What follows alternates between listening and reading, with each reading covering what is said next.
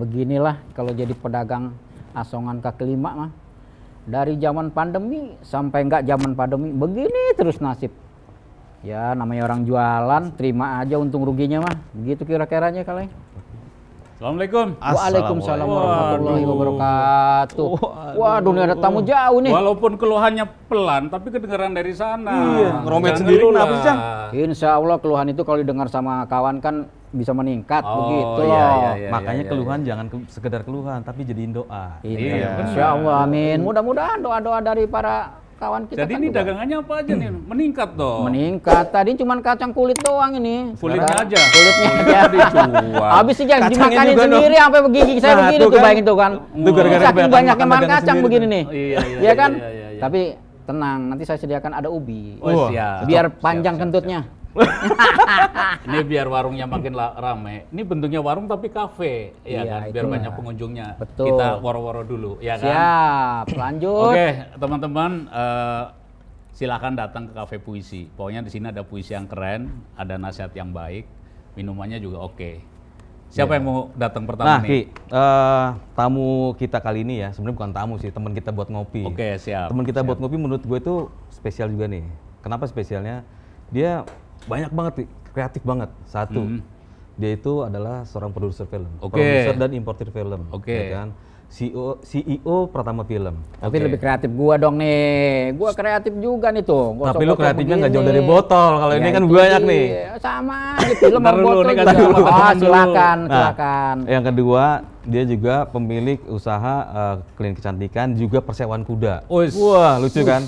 Mantap, mantap, mantap. Nah, mantap, yang ketiga dia juga sebagai anggota Dewan Penasehat LSM, ya kan? Kita bisa jadi anggotanya nggak kira-kira nih? Ya kita Oh, kilik dulu ya kan, kita kilik ya kan. Nggak, Nah, soal importir itu penting banget.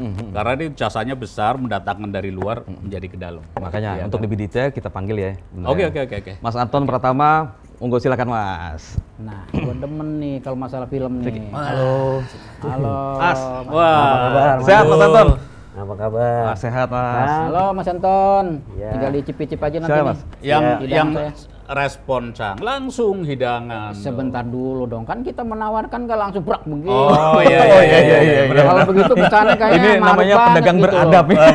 Iya.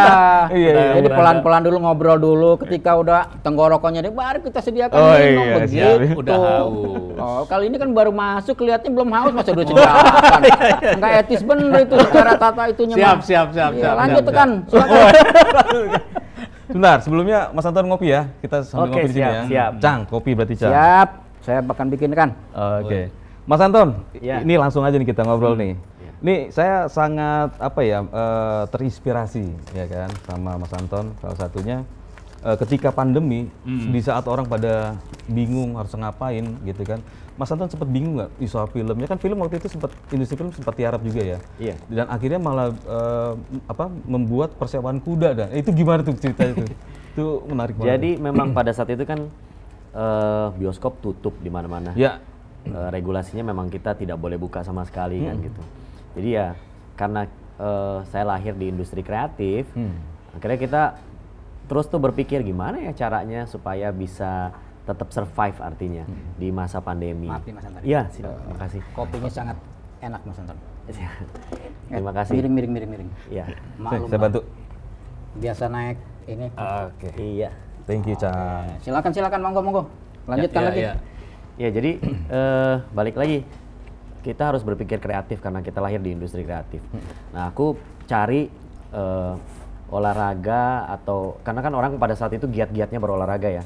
Jadi cari satu sport yang tidak berkerumun. Oh, Ya, jadi karena PPKM itu ya, kalau lebih PPKM, jaga jarak gitu ya. Kalau olahraga lain, contoh nih, kita ambil contoh basket, itu kan harus berlima, Iya, bersepuluh gitu. Sepak bola apalagi lebih ramai. Lebih gitu. ramai. Iya. Boxing juga sama, itu harus bersentuhan malah dan segala macam. Nah, berkuda itu harus sendiri kan. Kan nggak mungkin olahraga berkuda dia berdua Boncengan gitu kan. nggak bisa, iya. Jadi harus sendiri. Nah, saya coba untuk amati itu dan kebetulan memang keluarga memang hobi berkuda. Jadi dari situ mulai saya berpikir untuk gimana caranya ya supaya orang di masa pandemi tetap sehat tapi tidak berkerumun. Iya. Akhirnya muncullah penyewaan kuda itu. Sebentar. Ini agak ironis. Kuda itu kan satu bisnis yang mahal ya. Sementara lagi corona itu kan Iya. ya Orang lagi justru menghemat lagi uang pada ya. tiarap, Ah, benar, biar benar, itu benar. malah bukannya gue ini agak Iya. kontradiktif tuh bisa. Justru banyak yang jual murah. Oh, gitu ya. Enggak. Sebenarnya kalau kita lihat olahraga berkuda kan orang pasti image-nya itu mahal. Mahal, Iya. benar. Kalau memang beli kudanya dari luar negeri pasti mahal. Karena memang itu pure blood dari sana. Tapi banyak sekali sebenarnya di Indonesia yang belum tahu ya, terutama tentang olahraga berkuda, bahwa banyak sekali kuda-kuda yang udah crossbreed di sini. Artinya sudah dikawinkan dengan yang lokal sehingga dia lahir di sini. Banyak sekali peternak gitu. Atau peternak juga kuda. pasarnya Mas Anton pemula ya, orang yang baru belajar kuda. Betul, gitu. betul, betul. Atau juga atau apa namanya, ada kuda-kuda yang expert juga, Mas? Ada beberapa yang expert, memang itu kelasnya beda, tapi Oke. saya lebih fokus ke yang beginner, Oh, oke. yang baru mulai berkuda. Karena pada saat itu kan semua olahraga kayaknya naik, terutama olahraga yang sendiri itu, yang bersepeda, ya sendirian gitu. Terus apakah treadmill di rumah atau apa? Nah, saya pilih berkuda karena memang suka, hobi dan paham juga gitu. Akhirnya memang dibuka di sana ya. Alhamdulillahnya, puji Tuhannya, ini langsung jalan lancar gitu. Orang pengen sehat kan pada saat itu kan. Tapi pengen keluar berolahraga, tapi pengen yang tidak berkerumun, ya itu satu-satunya. Gitu. Berapa tuh member yang udah masuk saat? Kalau member saat ini kita masih belum ada member, kita masih yang sewa harian gitu. Sewa harian. Sewa harian, mereka bisa riding gitu ya. Kayak Berapa bukan personil ya? Berapa kuda, Mas? Jumlah kuda. Bukan unit juga.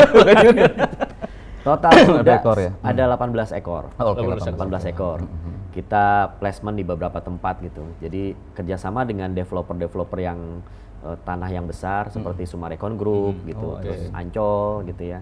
Terus seperti Agung Podomoro gitu-gitulah gitu. Tapi lebih ke yang Sumarekon kita lebih aktif gitu ya. Oke. Adanya di Gading Serpong gitu. Soal film coba singgung dikit. Nah, Sebentar, Mas- sebentar Mas. Sebentar. Iya, iya. Kalau Mas Anton kan kudanya beneran. Saya juga punya bisnis kuda. Kuda lumping. Nah, tahu. Iya, iya. Kuda lumping ya? Itu juga menarik sebenarnya, Cang. Iya. Kalau konsisten, ya kan? Saya kemarin nyobain makan beling, tapi nggak ada yang apa istilahnya Pawangnya. ya berantakan mulut saya sama untuk teman itu kan. Nah itu dia, makanya saya stop dulu dah dengan Mas Anton nih kudanya. Oh iya, pokoknya benar. cakep-cakep. Lanjut ke film nih ya. Lanjut ke film langsung. Siap, Bang. Mas Anton film dari mana aja yang diimpor ke sini? Film banyak dari Eropa dan Dari Eropa, ya? dari Eropa dan dari Amerika yang independen. Dari Amerika yang independen gitu.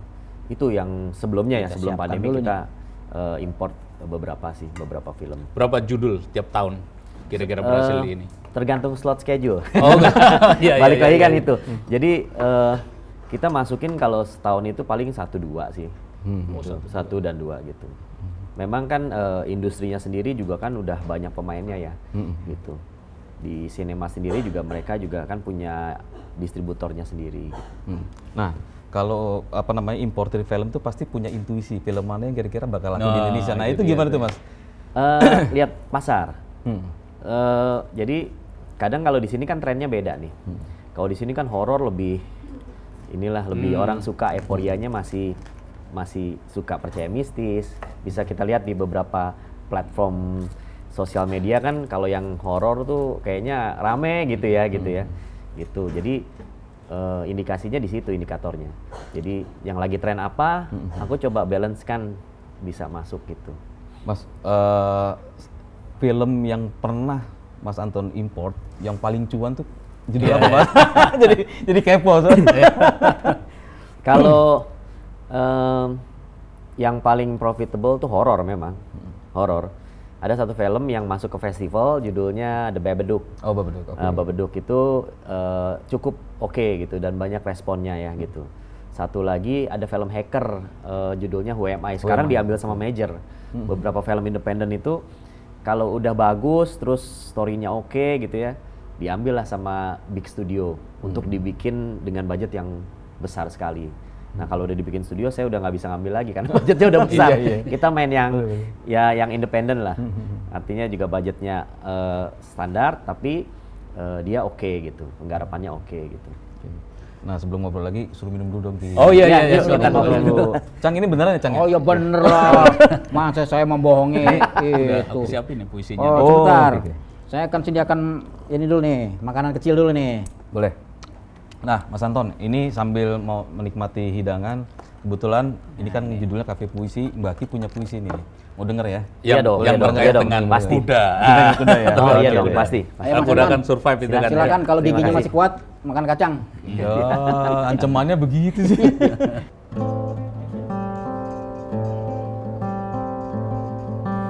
Kuda survive.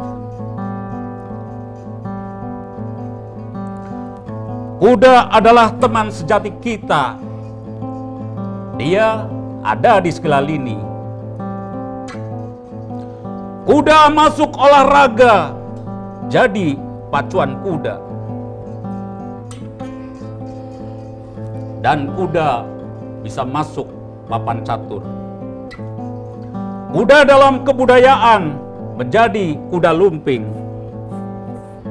Kuda dalam transportasi menjadi penarik andong atau kereta kuda. Kuda dalam teknologi menjadi ukuran energi.